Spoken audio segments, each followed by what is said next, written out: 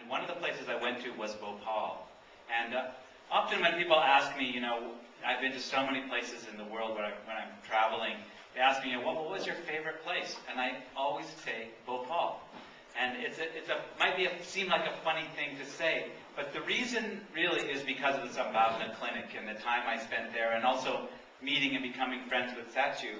And the spirit of resilience and resistance in Bhopal is phenomenal, and a constant source of inspiration to me.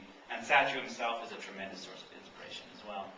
He has such a spirit of a lion.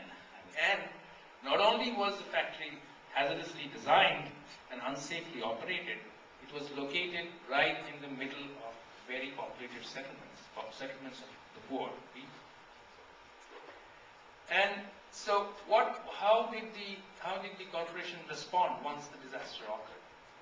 The first thing they did was blame the workers. They said, we are not responsible.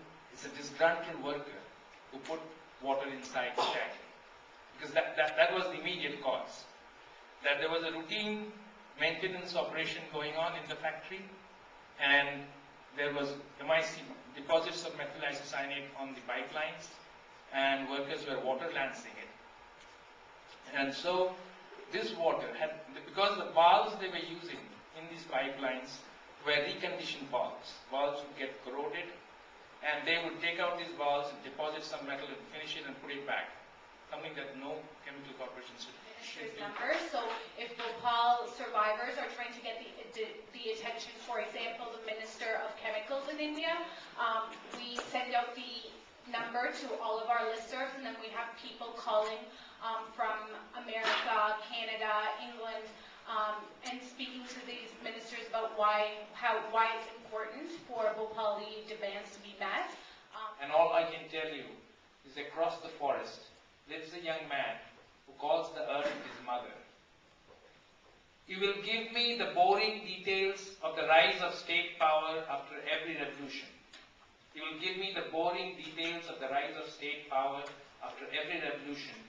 And all I can tell you is that in our tribe, we still share our bread.